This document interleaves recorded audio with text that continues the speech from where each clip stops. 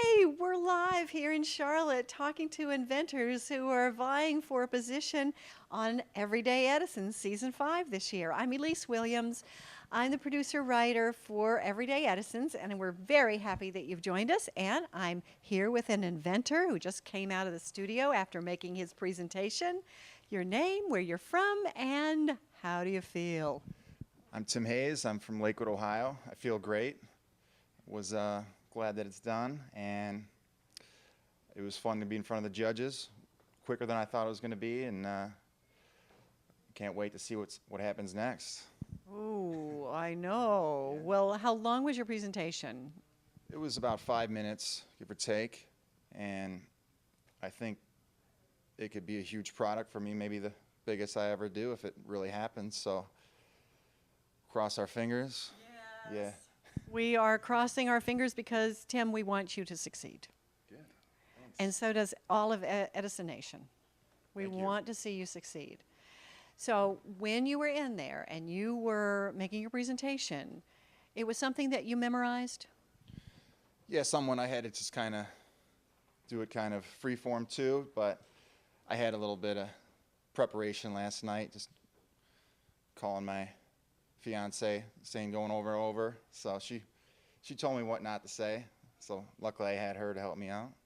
Good. And so did you end up saying everything that you had hoped to say, and you left out all the things that you were not supposed to say? Correct. Yeah, I left everything out that didn't make sense to her. So just kept it clear and concise and what was important. Said everything, didn't leave anything off the table. So.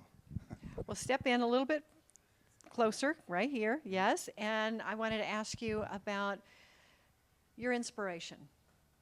Your inspiration, because you're very young, you have a fiance, you grew up in probably a very supportive household that encouraged you, but where did you get your inspiration as an inventor?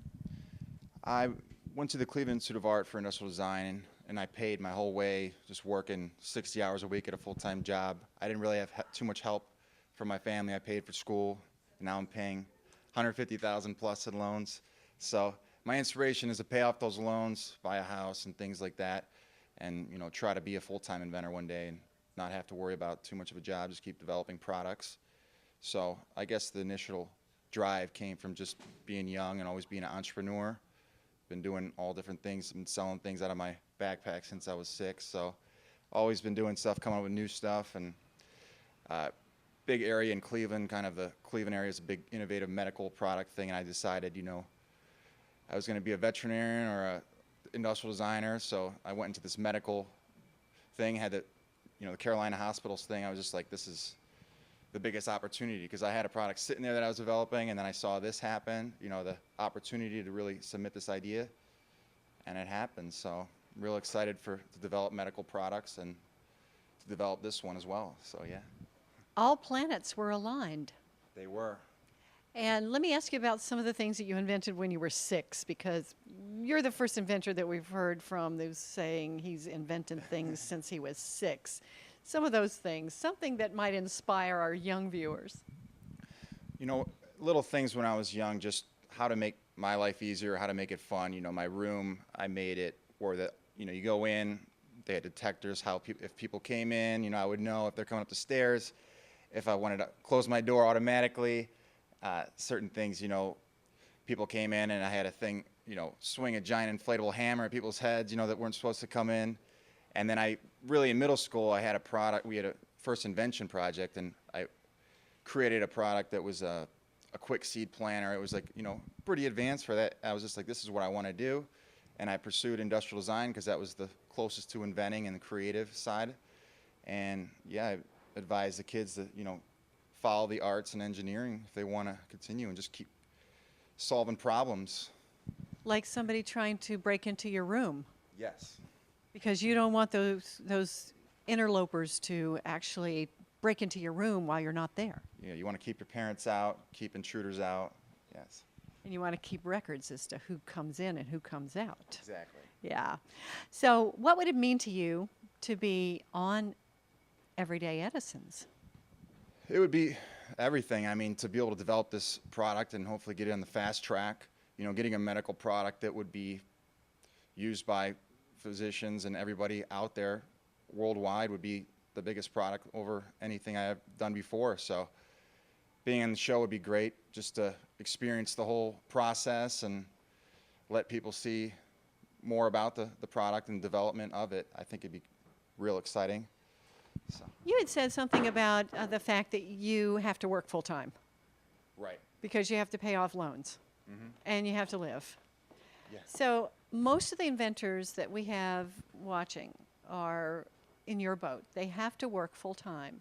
They don't have the money to do what they really love, which is inventing full time. How do you find the time? How do you manage your time so that you have that time to do the passionate work on the inventions that you really want to do?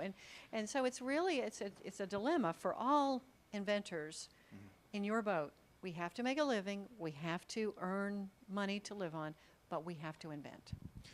Yeah, you just have to find the time whenever you think you're going to go do something fun, you're going to go out to the bar, you're going to do other things. I was in there, a couple of years ago, I had no money. I was eating grilled cheese with peanut butter and jelly at every meal, paying for everything myself.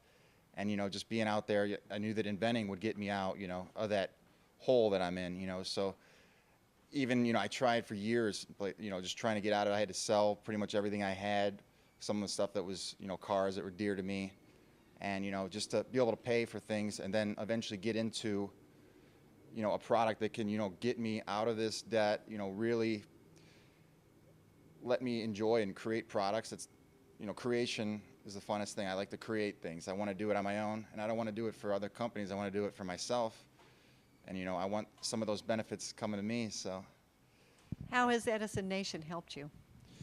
They've helped me a lot. The product, I'm submitting ideas all the time, and now that this medical ventures here with Carolina hospitals, it's going to be huge to, be able to submit ideas constantly. Instead of that one time, it was, I had to rush, I had to get this thing done in a few weeks. I already have about 10 that I'm working on now, because I think the medical field especially, that I think Carolina Hospitals understands that there's so many opportunities, so many, things were made one way 100 years ago, and no one's really looked at, improving those products. So the budget for medical products is massive, and I'd like to kind of focus in that direction of the medical industry, because you're helping people, and there's just so much opportunity.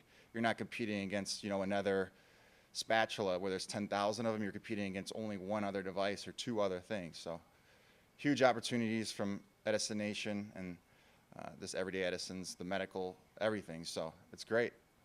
Well, good luck to you, Tim. We're so excited about you being here and this great product that you've got. Thanks. And so we're going to keep our fingers crossed. All right. All right. Let's do it. Good to see you. Thanks. Okay.